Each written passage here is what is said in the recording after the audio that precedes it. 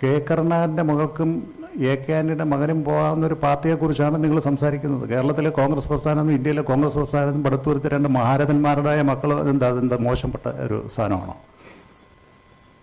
K കരുണാകരൻ്റെ മകൾക്കും A K ആന്റണിയുടെ മകനും പോകാവുന്ന ഒരു രാഷ്ട്രീയ പ്രസ്ഥാനത്തിലേക്ക് പോകുകയെന്ന് പറഞ്ഞു കഴിഞ്ഞാൽ ഞാൻ ഏതോ കൊള്ളസംഘത്തിലേക്ക് പോകുന്നോട്ടാണ് നിങ്ങൾ കാണുന്നത്. ഇന്ത്യ ഭരിക്കുന്നൊരു പാർട്ടിയല്ലേ അത്? ഇന്ത്യയുടെ ദേശീയത ഉയർത്തിപ്പെടുത്തുന്ന ഒരു പാർട്ടിയല്ലേ അത്? ഇതൊരു സർവനാശത്തിലേക്കുള്ള പോക്കാണ്. കേരളത്തിലെ കോൺഗ്രസ് പ്രസ്ഥാനത്തിൻ്റെ സർവനാശത്തിലേക്കുള്ള പോക്കിൽ നിന്ന് എന്നെപ്പോലൊരാൾ ബലിദാനം കൊടുത്താൽ അതെങ്കിലും ഒരു പുനർചിന്തനത്തിന് കേരളത്തിലെ കോൺഗ്രസ് നേതൃത്വത്തിനും കോൺഗ്രസിൻ്റെ ദേശീയ നേതൃത്വത്തിനും മാർഗനിർദ്ദേശമാകട്ടെ എന്ന് ഞാൻ പ്രത്യാശിക്കുകയാണ്. പക്ഷേ ആ പ്രത്യാശ മാത്രമായി നിലനിൽക്കുന്നുള്ളത് പൂർണ്ണമായി എനിക്ക് അറിയാം എന്നുള്ളത് കൊണ്ട് ഞാൻ ഈ പ്രസ്ഥാനത്തിൻ്റെ പ്രാഥമിക അംഗത്വത്തിൽ നിന്നും സ്വയം രാജിവെച്ച് പുറത്തു പോവുകയാണ്.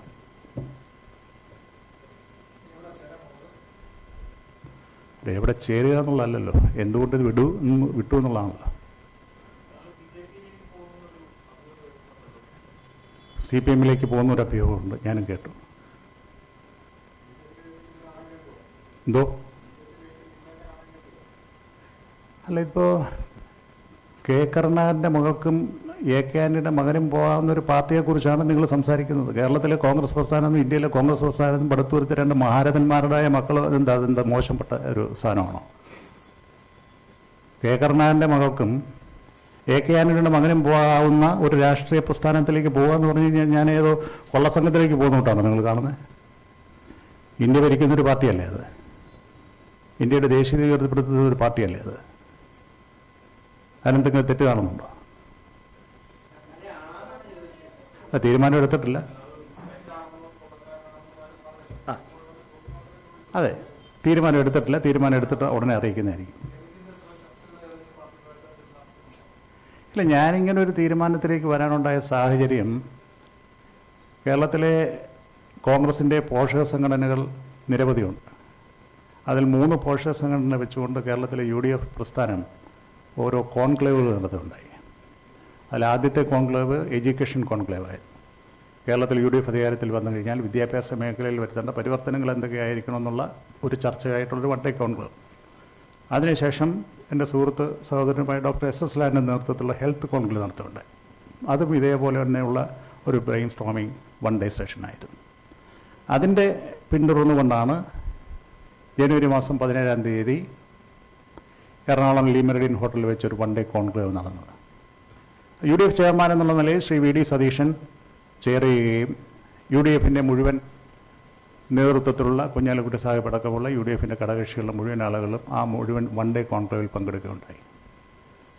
ആ കോൺക്ലേവ് കഴിഞ്ഞതിന് ശേഷം എനിക്കൊരുപാട് കേരളത്തിൻ്റെയും ഇന്ത്യയുടെയും ലോകത്തിൻ്റെയും വിവിധ ഭാഗങ്ങളിൽ ഗംഭീരമായ ഒരു പ്രോഗ്രാം നടത്തിയതിന് ഒരുപാട് അഭിനന്ദനങ്ങൾ ഞാൻ സ്വീകരിക്കുകയുണ്ടായി, അറിയിക്കണം. It's a conclave based on the prospectives of the വ്യവസായ കോൺക്ലേവ് എന്നായിരുന്നു പേര്. ഇൻഡസ്ട്രിയൽ കോൺക്ലേവ് ആയിരുന്നു. അതൊരു 4 സെഷനായി. Before lunch 2 sessions, after lunch 2 സെഷൻസായി. രാജു ഒരുപാട് നല്ല സീനിയറായിട്ടുള്ള ഇൻഡസ്ട്രിയലിസ്റ്റുകളും മോഡറേറ്റേഴ്സും ഒക്കെ വെച്ചിട്ട് എല്ലാവരും നല്ല അഭിപ്രായം പറഞ്ഞൊരു കോൺക്ലേവ് ആയിരുന്നു. പ്രൊഡക്റ്റീവായിരുന്നു. ഒരുപാട് ബ്രെയിൻ സ്റ്റോമിങ് സെഷൻസ് നടന്നു. ഒരുപാട് പുതിയ ഐഡിയാസ് വന്നു. മാനിഫെസ്റ്റോയ്ക്ക് സമർപ്പിക്കേണ്ട കാര്യങ്ങളെക്കുറിച്ചുള്ള സംവാദങ്ങൾ നടന്നു. അങ്ങനെ വളരെ ക്രിയാത്മകമായിട്ടുള്ള ഒരു ക്ലോസ് റൂം ഡിസ്കഷൻ. സാധാരണ കോൺഗ്രസിൻ്റെ ഒരു തനതായ ശൈലിയിൽ നിന്ന് നടക്കുന്നതിലുപരിയായി ഓരോ വെർട്ടിക്കൽസിൻ്റെയും എക്സ്പേർട്സിനെ പങ്കെടുപ്പിച്ചുകൊണ്ട് അവരുടേതായ ആശയങ്ങൾ സ്വാംശീകരിച്ചുകൊണ്ട് അത് UDFൻ്റെ പ്രകടന പത്രിക വരുമ്പോൾ എങ്ങനെ ആക്കി തീർക്കണം എന്നുള്ള തീരുമാനമായിട്ടാണ് അവിടെ ഇറങ്ങുന്നത്.